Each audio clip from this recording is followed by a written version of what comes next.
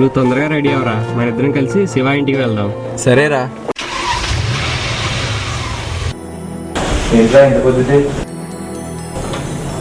ఇప్పుడైనా విషయం చెప్పరా.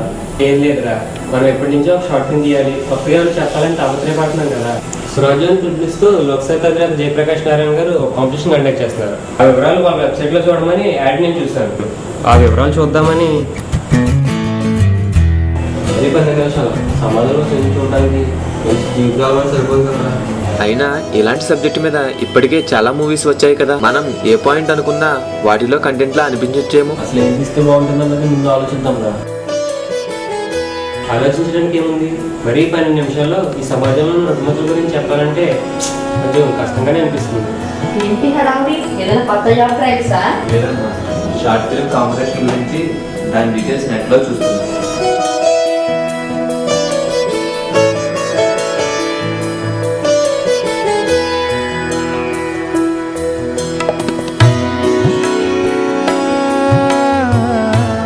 ఎంత ఆలోచించినా మనం ముందనుకున్నట్టుగానే ఉందిరా పరిస్థితి. అసలు మీరు ఏమనుకుంటున్నారు?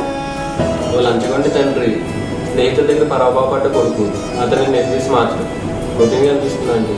ఇంకా అవినీతి రాజకీయ నాయకుల్ని ప్రజలంతా కలిసి శిక్షించినట్టుగా ఇవేమీ 10-12 నిమిషాల్లో మంచి ముగింపుతో తీయలేమనిపిస్తుందమ్మా.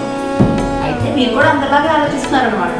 అంటే టీవీ ఛానల్స్ లో అవినీతి గురించి ఎంత ఫోకస్ చేసి చూపించినా ప్రజలెవరు ఆ విషయాన్ని సీరియస్ గా తీసుకోవడం మానేశారు. పొద్దుస్తమా అవే చూపిస్తుంటే అది కూడా యాడ్ అనుకుంటున్నారు తప్ప అవినీతి గురించి అని అనుకోవట్లేదు. అవి అస్తమానం చెడు గురించే చెప్తూ అవి చేసేవారిని హీరోలుగా ప్రజలు ఆమోదిస్తున్న సీన్స్ ని పదే చూపిస్తుంటే అవినీతిని అంతమొందించడం మన వల్ల అయ్యే పనేనా? ఏదైనా కొత్తగా ప్రయత్నించండి అమ్మా. ఎలాగమ్మా అది? మంచిని మంచిగా చూపించడం ద్వారా మార్పు జరిగి లంచం అవినీతి అనేవి లేకుండా అక్కడ ప్రజలు అత్యంత ఆనందమైన జీవితాన్ని గడుపుతున్న కొన్ని గ్రామాలు మన దేశంలో ఉన్నాయి. ప్రభుత్వం నుంచి ఎటువంటి సహాయం పొందకుండా తమకు తామే స్వయం ప్రతిపత్తితో సమకూర్చుకున్న నిధులతోనే వారికి కావాల్సిన వసతులను ఏర్పాటు చేసుకుని హాయిగా ఉన్నాయి ఆ గ్రామాలు. ఎట్లున్నాయండి అవి? మన ఊరికి 80 కిలోమీటర్ల దూరంలో ఆదర్శం అనే గ్రామం ఉంది. ఆ పేరు కూడా వారి మార్చుకున్న పేరు. అదే కాకుండా మహారాష్ట్రలో కూడా గ్రామం ఉంది. ఆదర్శం గ్రామంలో మా అమ్మమ్మ తాతయ్య గోపాలకృష్ణ గారు కూడా ఉన్నారు. ఆయన స్వాతంత్రోద్యమంలో కూడా పాల్గొన్నారు. ఆ ఊరికి కరెంట్ అవసరమైనప్పుడు ప్రభుత్వ అధికారులు లంచం అడగడం వల్ల తాతయ్య గారు విసుగు చెంది ప్రభుత్వం అవసరం లేకుండానే ఆ ఊరిని తీర్చిదిద్దారు. మీరు అక్కడికి వెళ్తే ఈ ప్రజల్లో చైతన్యం తీసుకురావడానికి ఏం చేస్తే బాగుంటుందన్న ఆలోచన మీలో మొదలవుతుందని నాకు అనిపిస్తుంది. ఓకేనా? అలాగే అమ్మా. ఎర్లీ మార్నింగ్ వెళ్దాం. నేను daddy ready car camera ready చేస్తాను.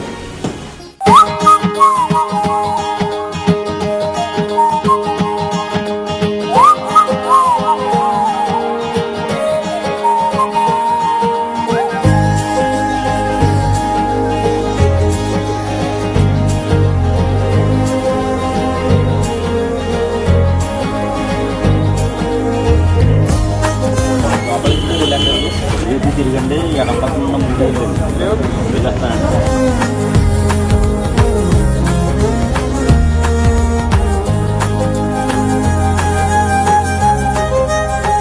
తర్వాత తీసుకుంటే ముందు కాలేజ్ దగ్గర రాకూడదు. బాగున్నారా? ఈ ఆదర్శం అసలు కదా ఏంటో తెలుసుకుందామని వచ్చాను తాతయ్య. అమ్మంతా చెప్పింది కదా, మీరు తెలుసుకోవాల్సినంత నేను ఎవరు చెప్తాను. కానీ ముందు పలహారా కలిసి ఒకసారి ఊరంతా చూసిరండి.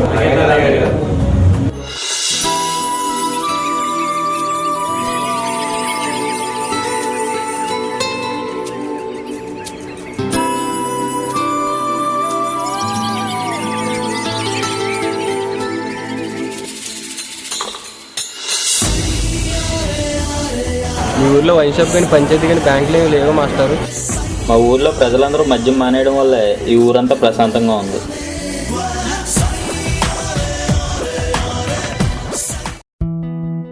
తాతయ్య, అసలు ఇది ఎలా మొదలు పెట్టావు?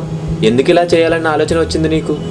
మనిషి ఎదుటివాడి మీద ఆధారపడటం వల్లే ప్రభుత్వానికి గురవుతాడని నేను ముందుగానే తెలుసుకున్నాను. ఇష్టంగా కష్టపడేవాడు ఎప్పుడూ విజయాన్ని పొందుతాడు. ప్రతి మనిషికి ముఖ్యంగా కావాల్సింది తినడానికి తిండి. ఉండటానికి ఇల్లు, కట్టుకోవడానికి బండ. ఎప్పుడైతే తన పరిధిని దాటి సుఖాలను అనుభవించాలని ఆశపడతాడో అప్పుడు తాను నడవవలసిన దారి తప్పుతాడు. దాదాపు 40 సంవత్సరాల క్రితం మనిషి ఎంతో కష్టపడి దాచి సంపాదించుకున్న డబ్బుతో ఇల్లు కట్టుకోవడం, నగలు కొనుక్కోవడం లాంటివి చేసేవారు.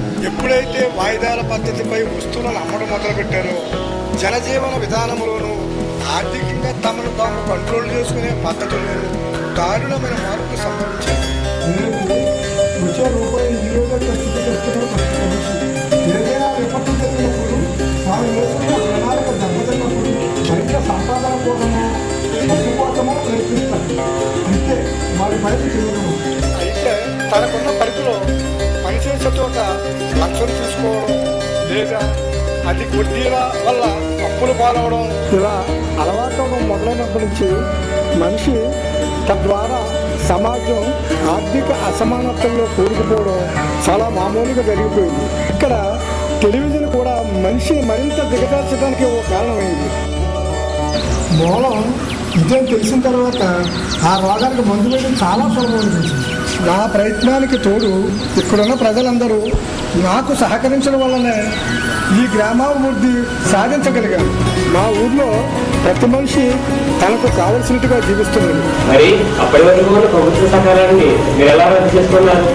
పైగా ప్రభుత్వ పథకాలు ఉద్యోగం వచ్చే నష్టాన్ని మీరు ఎలా భర్తీ చేసుకోగలిగారు? మా అదృష్టం కొద్దీ ఈ భూమిలో పండిన పంటను ఇక్కడున్న ప్రజలకు సరిపడగా ఉంచుకుని మిగిలినది అన్నివేళగా వచ్చిన డబ్బును కుటుంబానికి ఎంత అని ఒక ఫండ్గా పోగు చేసుకుంటే మాకు ప్రభుత్వ పథకాల వల్ల వచ్చే లాభాల కంటే ఎక్కువగా ఉన్నాయి. స్వాతంత్ర ఉద్యమంలో పాల్గొన్న వ్యక్తిగా నాకు ప్రభుత్వం వారు ఇచ్చిన ప్రత్యేక వాదాలను నాకు నేనుగా రద్దు చేసుకుని నా గ్రామానికి ఏ పథకాలు అక్కర్లేకుండా కేవలం పోస్టలు బిఎస్ఎన్ఎల్ వ్యవస్థలు మాత్రమే మాకు సహకరించవలసినదిగా అప్పటి ముఖ్యమంత్రిని గవర్నర్ను కోరాను. చాలా తక్షణ పద్యాలను చేసి 8 నెలల తర్వాత నేను కోరినవి ఒప్పుకున్నాను. ఆ 8 నెలల సమయంలో గోదావరి జలాలు మాకు దగ్గరగా ఉన్నందువల్ల ఏ కాలంలో అయినా పంటను సాగు చేసుకునేలా అనువైన కార్యక్రమాలను అప్పటికే ఇంజనీరింగ్ చదివి సరైన 2 ఉద్యోగాలు లేని మా ఊరు కురవాళ్ళతో సౌరశక్తి ద్వారా కరెంటును ఉత్పాదించడానికి అవసరమైన కేంద్రాన్ని, అలాగే ఊరంతా ఉపయోగపడేలాగా బయోగ్యాస్ ప్లాంట్ను తయారు చేసుకున్నాను. ఎప్పుడైతే ప్రభుత్వం నా అభిమతాన్ని గౌరవించి మా ఒప్పందాన్ని ఒప్పుకుందో అప్పటి నుంచి మా గ్రామానికి మంచి రోజులు వచ్చింది. ఇక్కడ బడిలో పిల్లలకు మనిషి ఎలా బ్రతకాలో, సేంద్రియ ఎరువులతో సేద్యం ఎలా చెయ్యాలో ఇక్కడ వాళ్ళే నేర్పుతారు. అనారోగ్యం అన్నది సాధారణంగా ఇక్కడ మనిషిని చేరదు.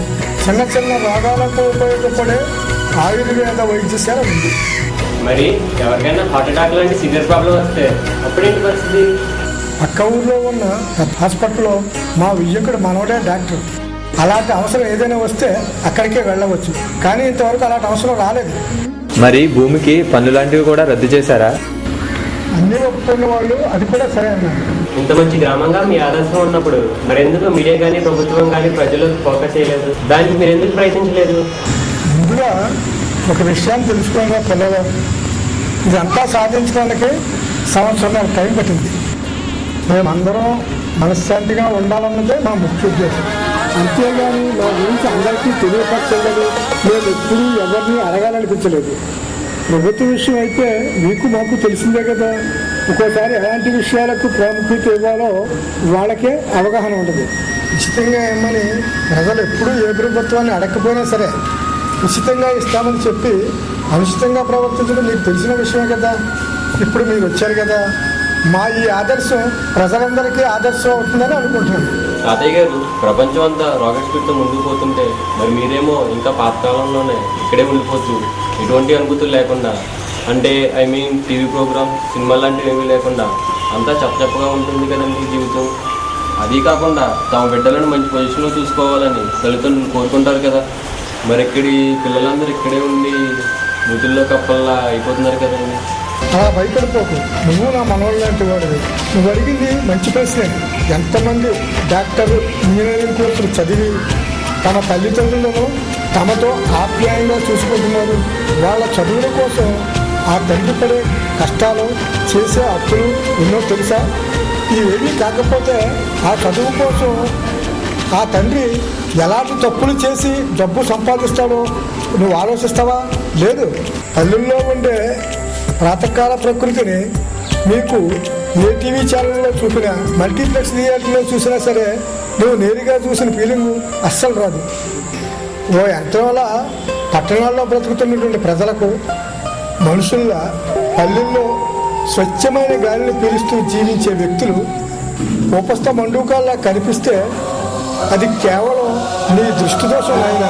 ఆకు మీకు తేడా ఏమిటంటే అక్కడ ఉన్న వారంతా నిత్యం ముసుగులేసుకుని బతుకుతూ ఉంటారు, ఇక్కడంతా సొంత మొహాలతో జీవిస్తారు. ఈ విషయాలు సరిపోతాయన్నా? మా అజ్ఞానాన్ని మన్నించండి తాతయ్య గారు. చచ్చా, నువ్వే కాదు, మొత్తం చాలా మంది ప్రజలు అపోహలతోనూ అప్పులతోనూ జీవితాన్ని దుర్భరం చేసుకుంటున్నారు. అందుకే కొద్దిగా ఎక్సెప్ట్ అయ్యాను. మాకు ఏం లేని విషయాలని చెప్పి బాగా కొత్తలాగా పరిచయం చేశారు. మేము వెళ్ళొస్తాం తాతయ్య గారు. ఇంత దూరం వచ్చి భోజనాలు చేయకుండా ఎక్కడికి వెళ్తారో కుదరదు. టిఫిన్స్ ఇప్పుడే తిన్నట్టుగా ఉన్నాయి. పైగా ఇదంతా ఎడిట్ చేసి కాంపిటీషన్కి పంపాలి. టైం కూడా తక్కువగా ఉంది. అందరిలోనే అమ్మని నా స్నేహితుల్ని తీసుకుని మళ్ళీ వస్తాను. సరే, నీ ఇష్టం. ఇంతకీ నీ స్నేహితుల పేర్లు చెప్పలేదు. అదే వీడి సత్యం, వాడి పేరు సుందరం. బాగుందర్రా.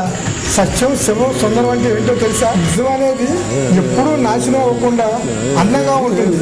మీలా అన్నమాట. థ్యాంక్స్ తాతయ్య గారు.